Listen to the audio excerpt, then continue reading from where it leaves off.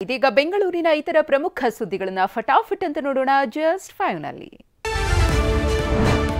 ಲೋಕಸಭಾ ಚುನಾವಣಾ ಅಖಾಡ ಕಾವೇರುತ್ತಿದ್ದಂತೆ ರಾಜಕೀಯ ಪಕ್ಷಗಳಿಗೆ ಪೋಷಕರ ಒಕ್ಕೂಟ ಹೊಸ ಡಿಮ್ಯಾಂಡ್ ಶುರು ಮಾಡಿದೆ. ಚುನಾವಣಾ ಪ್ರಣಾಳಿಕೆಯಲ್ಲಿ ಶುಲ್ಕ ನಿಯಂತ್ರಣ ಕಾಯ್ದೆ ಜಾರಿಗೆ ತರುವಂತೆ ಭರವಸೆ ನೀಡಿದರೆ ಮಾತ್ರ ಫೋಟೋ ಹಾಕ್ತೀವಿ ಅಂತ ಹೊಸ ವರಸೆ ಶುರು ಮಾಡಿಕೊಂಡಿದ್ದಾರೆ. ಪ್ರತಿ ವರ್ಷವೂ ಖಾಸಗಿ ಶಾಲೆಗಳು ಶುಲ್ಕ ಏರಿಕೆ ಮಾಡಿ ಬರೆ ಎಳೆಯುತ್ತಿವೆ. ಹೀಗಾಗಿ ರಾಜ್ಯದಲ್ಲಿ ಶುಲ್ಕ ನಿಯಂತ್ರಣ ಕಾಯ್ದೆ ಜಾರಿ ಮಾಡುವಂತೆ ಒಕ್ಕೂಟ ಆಗ್ರಹಿಸಿದೆ.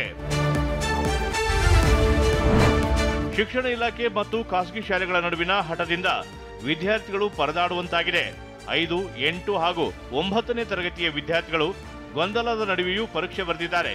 ಆದರೆ ಫಲಿತಾಂಶಕ್ಕಾಗಿ ಕಾಯುತ್ತಿದ್ದಾರೆ. ಸದ್ಯ ಯಾವುದೇ ಶಾಲೆಗಳು ಫಲಿತಾಂಶ ಪ್ರಕಟಿಸಬಾರದು, ಮುಂದಿನ ಆದೇಶದವರೆಗೆ ಕಾಯಬೇಕು ಅಂತ ಸುಪ್ರೀಂ ಕೋರ್ಟ್ ಸೂಚನೆ ನೀಡಿದೆ. ಇದರಿಂದ ಮಕ್ಕಳು ಮತ್ತು ಪೋಷಕರು ಗೊಂದಲದಲ್ಲಿದ್ದಾರೆ. ನಗರದ ಸರ್ಕಾರಿ ಕಾಲೇಜಿನ ಹಾಸ್ಟೆಲ್ನಲ್ಲಿ ಕಾಲರ ಪತ್ತೆಯಾದ ಹಿನ್ನೆಲೆ ಪಿಜಿಗಳ ಮಾಲೀಕರು ಮತ್ತು ವಾಸಿಗಳಿಗೆ ಆತಂಕ ಶುರುವಾಗಿದೆ. ಕಾಲರ ಸೋಂಕು ತಡೆಗಟ್ಟುವ ನಿಟ್ಟಿನಲ್ಲಿ ಪಿಜಿ ಮಾಲೀಕರ ಸಂಘ ಅಲರ್ಟ್ ಆಗಿದ್ದು ಗೈಡ್ಲೈನ್ಸ್ ಬಿಡುಗಡೆಗೆ ಮುಂದಾಗಿದೆ.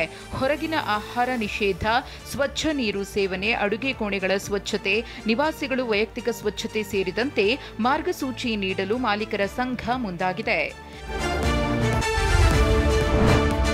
ಇದೇ ಭಾನುವಾರ ಅಂದರೆ ಏಪ್ರಿಲ್ 14ರಂದು ಪ್ರಧಾನಿ ನರೇಂದ್ರ ಮೋದಿ ರಾಜ್ಯಕ್ಕೆ ಎಂಟ್ರಿ ಆಗ್ತಿದ್ದಾರೆ. ಮಂಗಳೂರಿನಲ್ಲಿ ಬೃಹತ್ ಸಮಾವೇಶ ನಡೆಸುವ ಮೋದಿ ಅದೇ ದಿನ ಸಂಜೆ ಬೆಂಗಳೂರಿನಲ್ಲಿ ರೋಡ್ ಶೋ ಮೂಲಕ ಮತಯಾಚನೆ ಮಾಡಲಿದ್ದಾರೆ. ಭಾನುವಾರ ಸಂಜೆ 7 ಗಂಟೆಗೆ ಸುಮಾರು 3 ಕಿಲೋಮೀಟರ್ ರೋಡ್ ಶೋ ನಡೆಸಲಿದ್ದಾರೆ.